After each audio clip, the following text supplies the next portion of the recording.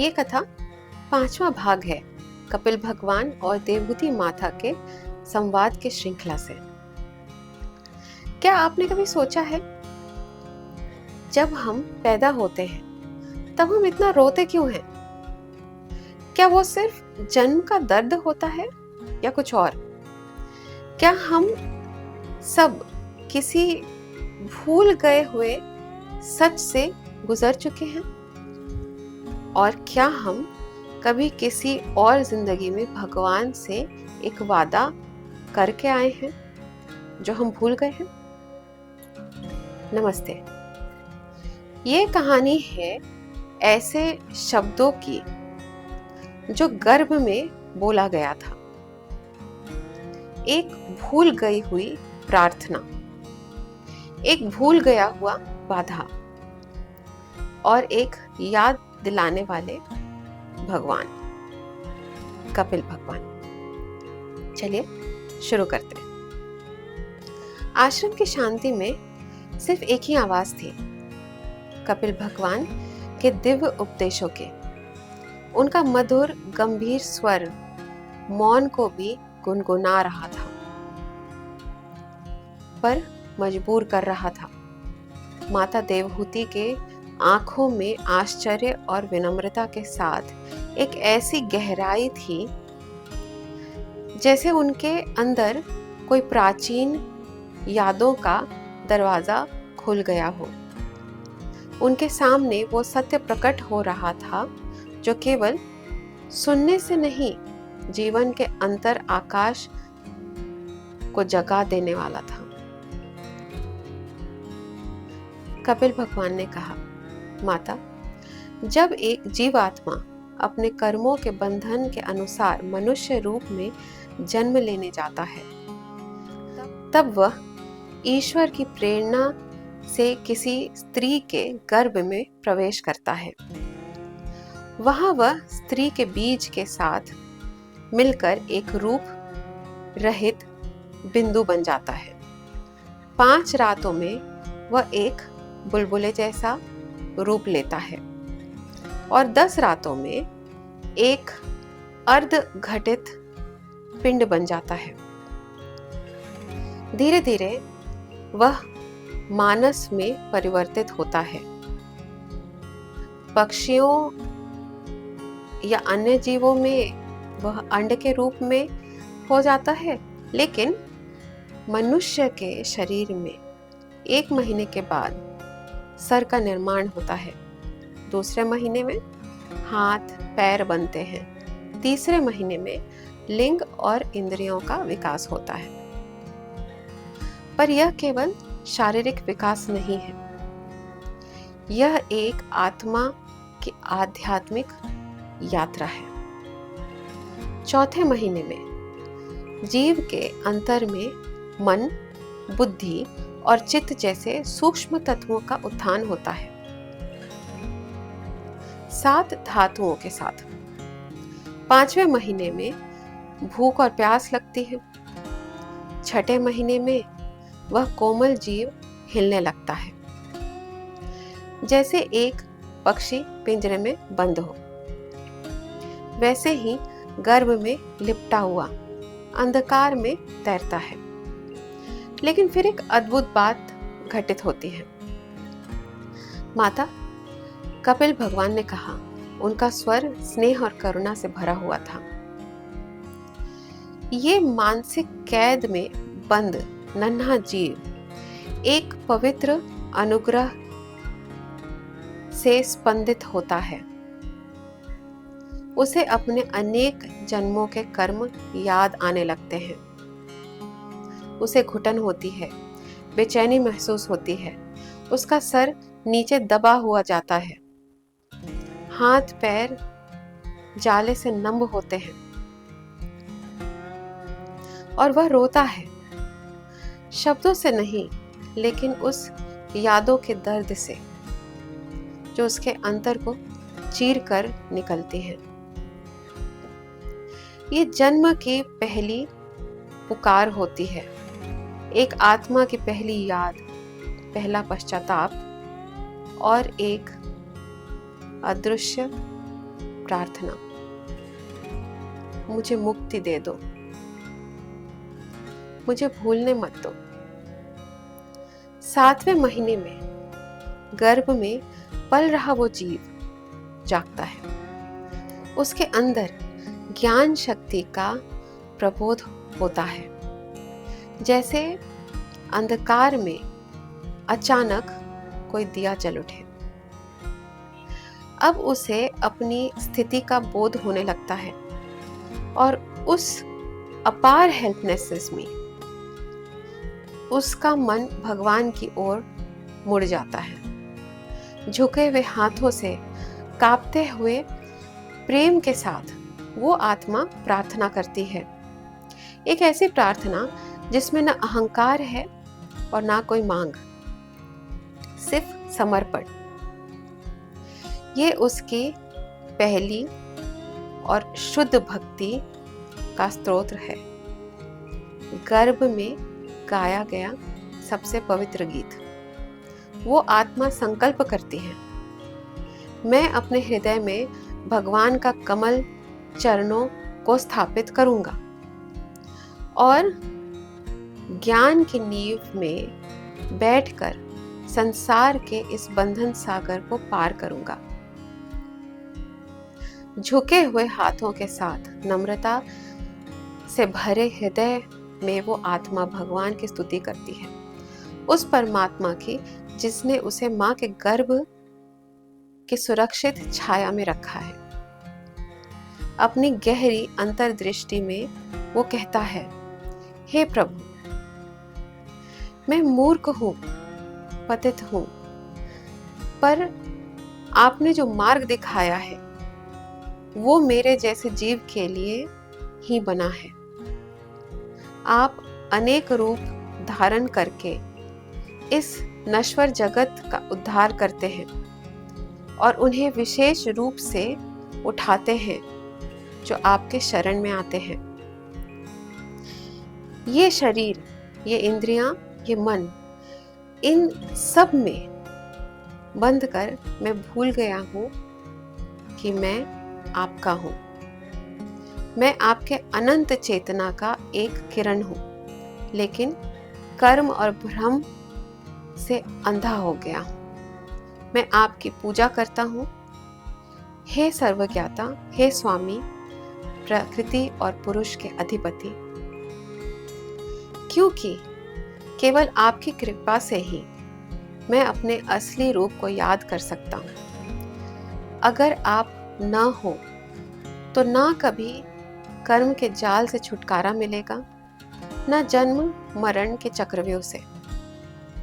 जो थोड़ा बहुत विवेक आज मेरे अंदर जग गया है, वो भी सिर्फ आपकी दया का ही छोटा सा किरण है।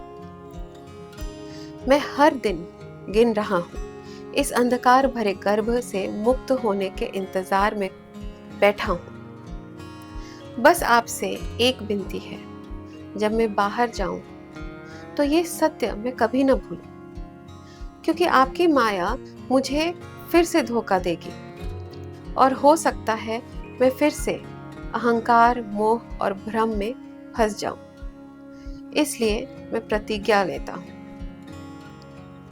मैं आपके कमल चरणों को अपने हृदय के मंदिर में स्थापित करूंगा और भक्ति के बल से इस संसार के सागर को पार करूंगा। दोबारा कभी भ्रांति में नहीं पड़ूंगा। सिर्फ आपको ही अपना अंतिम और एकमात्र गति मानूंगा। हे मेरे नित्य शरण, हे मेरे परम सत्य रूप भगवान। लेकिन फिर जन्म का समय आ जाता है। गर्भ का वो घन अंधकार हिलने लगता है और दुनिया एक बार फिर उस आत्मा के लिए अपने झूठे रंग को लेकर तैयार खड़ी होती है। कपिल भगवान का स्वर और भी गंभीर हो गया। नियमित समय पर वो आशय आत्मा नीचे धकेल दी जाती है। उसका सर प्रसव के जोर से दबता हुआ दर्द के साथ बाहर निकलता है। जब वह रोता है तब पहली बार हवा उसके फेफड़ों तक जाती है और उसी सांस के साथ उसकी सारी पवित्र यादें, सारी प्रार्थनाएं, सारे संकल्प मिट जाते हैं।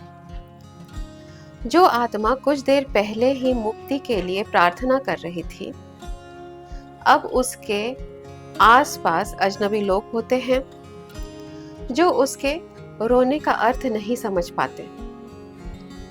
जो रोशनी उसने देखी थी वो अब अंधकार में खो जाती है। भगवान कपिल का स्वर और भी गहरा हो गया, जैसे समय ठहर गया। उन्होंने कहा, जन्म और बचपन के दुख सहने के बाद जीवन युवा अवस्था में प्रवेश करता है। एक ऐसी अवस्था जिसमें ऊर्जा भी होती है और चंचलता भी। अगर इस दौरान उसे थोड़ा भी सांसारिक सुख, क्षेत्र भोग ना मिले तो उसका हृदय अज्ञान से घिरा हुआ अंदरूनी बेचैनी से जलने लगता है। आकांक्षाएं पूरी न होने पर क्रोध और अहंकार उभरता है और तब वो आत्मा जो स्वयं अपनी इच्छाओं के बंधन में है, दूसरों से टकराने लगती है। अपने अल्प से बुद्धि और शरीर पर गर्व करने लगती है, उस शरीर पर जो एक दिन बीमारियों से भरा और वृद्धावस्था में कष्ट का कारण बनेगा। इंद्रियों, वासनाओं और कर्म से बंधी हुई वो आत्मा इस नश्वर शरीर के साथ इतनी जुड़ जाती है कि कभी विश्राम नहीं पाती। कुछ समय के लिए मिलने वाले सुख के लिए लगातार परिश्रम करती है और इसी मोह में जन्म मरण के चक्र में, संसार चक्र में बंध जाती है। अगर कभी वह धर्म के पथ पर भी चल पड़ती है तो केवल एक गलत संगत उसकी पूरी यात्रा को विघ्नित कर देती है। वह फिर से मनुष्य शरीर में जन्म लेकर अपने सब गुणों को खो बैठती है।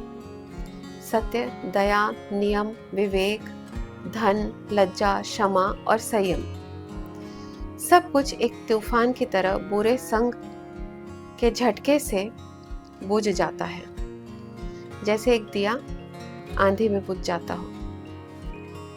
हे देवी, कपिल मुनि ने कहा, ये जीव पुरुष मन, इंद्रियों और कर्म के उपाधियों के बंधन में जुड़ी हुई एक जीवन से दूसरे जीवन में भटकती रहती है।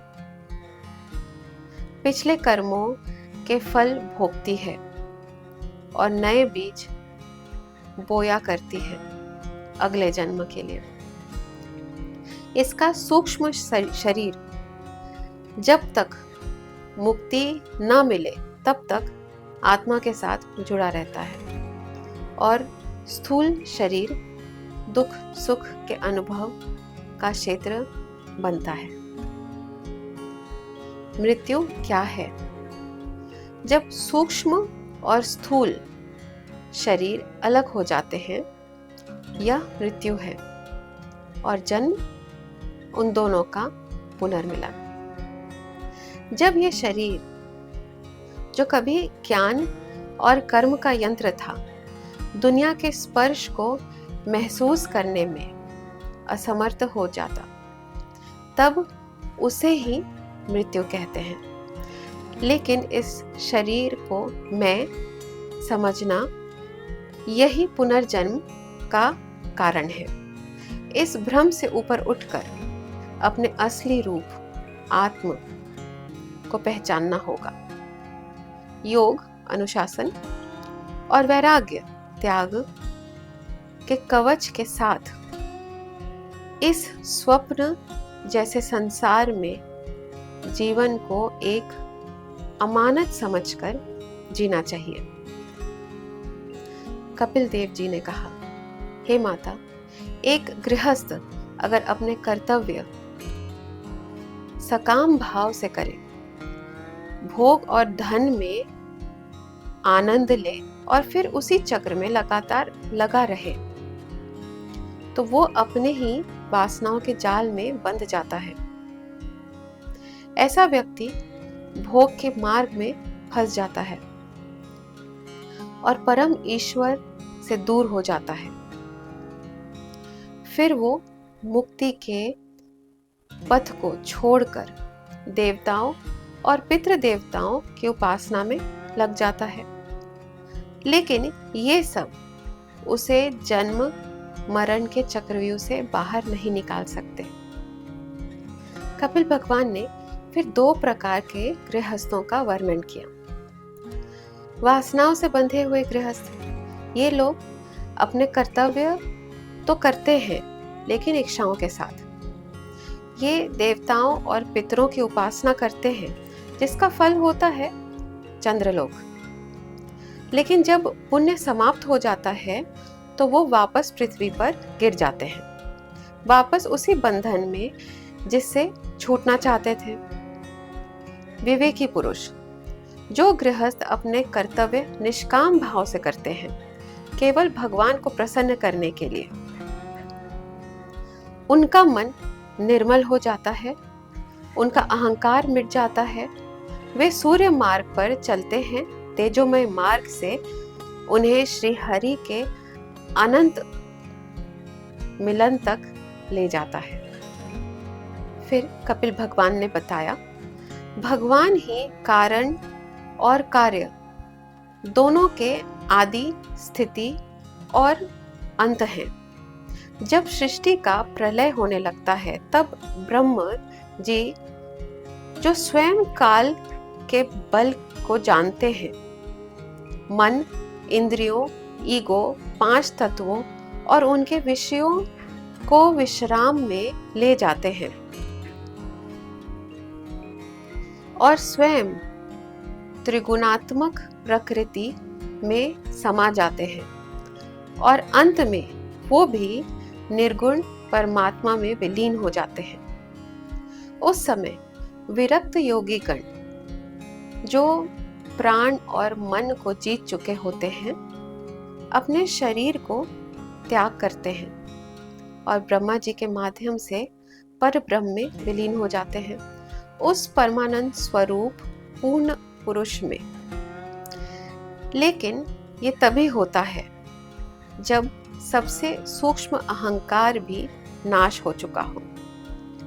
इसलिए हे माता, कपिल देव जी करुणा भरे स्वर में कहते हैं, अनशेकेबल शरण लो श्री हरि के कमल चरणों के। वो भगवान हर जीव के हृदय में ऑलरेडी विराजमान है और उनकी महिमा तुम मेरे मुख से सुन चुकी हो। ब्रह्मा जी, मरीचि, ऋषि, सनत कुमार और जितने भी सिद्ध योगी हैं, सब श्री हरि को निष्काम कर्म के द्वारा ही प्राप्त करते हैं। लेकिन जब प्रलय का समय आता है तब उनमें से भी कुछ डुअरशिप और डुअलिटी के बीच फंसे रहते हैं। डुअरशिप और डुअलिटी के बचे कुछ गुणों से प्रभावित हो जाते हैं और काल रूप भगवान के संकल्प से फिर से सृष्टि में प्रकट होते हैं।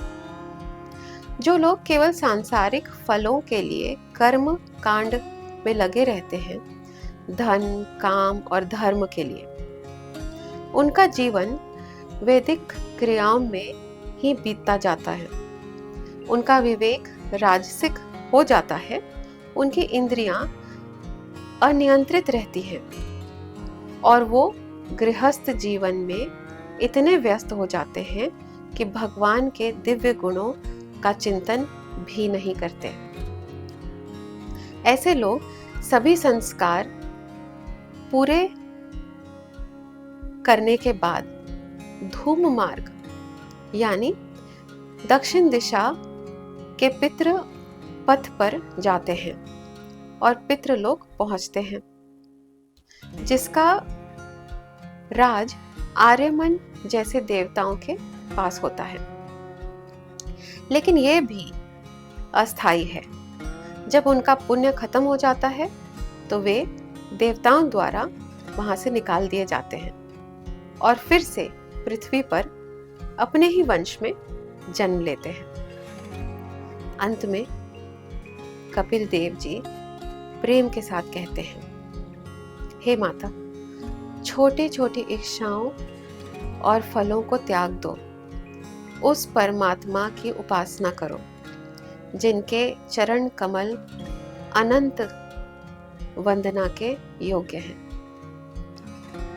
अपना मन, वाणी और शरीर उनमें एकाग्र करो, फिर उनके गुणों में प्रेम से लगे रहकर ही तुम इस दुख के सागर को पार कर सकते हो और नित्य मुक्ति पा सकते हो। ये दिव्य संवाद एक अद्भुत विरोधाभास को प्रकट करता है। गर्भ में वो आत्मा परम ज्ञान के साथ प्रार्थना करती है, लेकिन जन्म लेते ही सब कुछ भूल जाती है। क्या यही हमारी कहानी नहीं है? क्या हम सब ने कभी किसी गहरी बेचारी, किसी आसक्त समर्पण के पल में प्रार्थना नहीं की थी और फिर माया ने झिलमिलाते सायों में भटका दिया? लेकिन कपिल भगवान ने एक आशा दी है।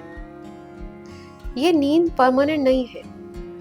हम इस भूल भुलैया में हमेशा के लिए नहीं बंधे हैं। साधु संगत, निष्काम कर्म, त्याग युक्त जीवन और सबसे महत्वपूर्ण श्री हरि की भक्ति के माध्यम से हम उस ज्ञान को याद कर सकते हैं जो हम कभी जानते थे कि हम शरीर नहीं, एक अनंत अविनाशी आत्मा के अंश हैं।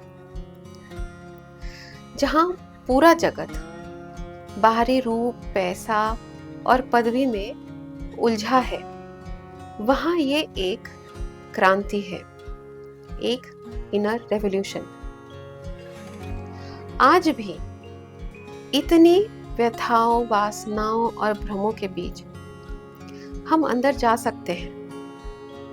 हम दुनिया में रहकर भी दुनिया के न होकर जी सकते हैं। और अब हमें अपने आप से एक प्रश्न पूछना चाहिए, क्या हम उस आत्मा की पुकार जो गर्भ में था, उसे हमेशा के लिए भूलने देंगे, या हम उस पवित्र प्रार्थना को याद करेंगे और उसी सत्य के अनुरूप जीवन जिएंगे?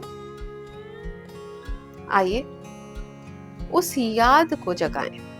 आइए उस प्रतिज्ञा को याद करें जो अंधकार में ली गई थी कि हम सिर्फ भगवान को ही अपना शरण बनाएंगे।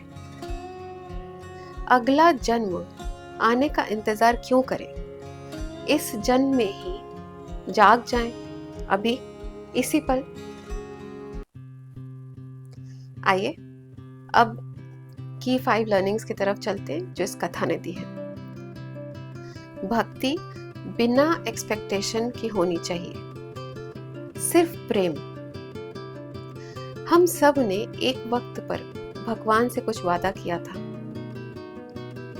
उसे याद करना और जीवन का उसे ही लक्ष्य बना लेना चाहिए। बैड कंपनी एक भटकावा होता है। बैड कंपनी में एक योगी भी गिर जाता है। खुद को संभालिए। कर्म के चक्कर से केवल निष्काम भक्ति ही छुड़ा सकती है। काल, टाइम सब कुछ ले जाता है, लेकिन सही भक्ति सब कुछ वापस दिलवा देती है। अब चलिए चलते हैं द कृष्ण मोमेंट की तरफ। 7वें महीने में गर्भ में पल रहा वो जीव जागता है, उसके अंदर ज्ञान शक्ति का प्रबोध होता है। जैसे अंधकार में अचानक कोई दिया जल उठे और उस समय भगवान की ओर वो मुड़ जाता है। झुके हुए हाथों से, कांपते हुए प्रेम के साथ वो आत्मा प्रार्थना करती है, ना किसी मांग के साथ, ना किसी अहंकार के साथ, सिर्फ समर्पण के साथ। It is that instance when bhakti is born, raw, pure and wordless, a divine prayer, not thought but awakened. This unborn soul, though voiceless, sings the purest kirtan, and that वो in the womb, मैं आपके कमल चरणों को अपने हृदय में स्थापित करूंगा, is the seed of all true spiritual awakening. It is the moment every soul carries but forgets at birth. And yet Kapil Bhagwan reminds us we can return to that moment not by effort but just by remembrance. And this is the Krishna moment. अंत में इस कथा को जरूर share कीजिए। गर्भ में लिया गया वचन आज फिर याद दिलाने का समय आ गया है। ऐसी और कथाएं सुनने के लिए इस चैनल को सब्सक्राइब करें, वीडियोस पसंद आए तो लाइक करें और बेल आइकन दबाएं ताकि आपको अपडेट्स मिलते रहे। नमस्ते। मिलते हैं अगले गुरुवार, नेक्स्ट थर्सडे, एक और कथा, एक और दर्शन, एक और जीवन की रोशनी के साथ।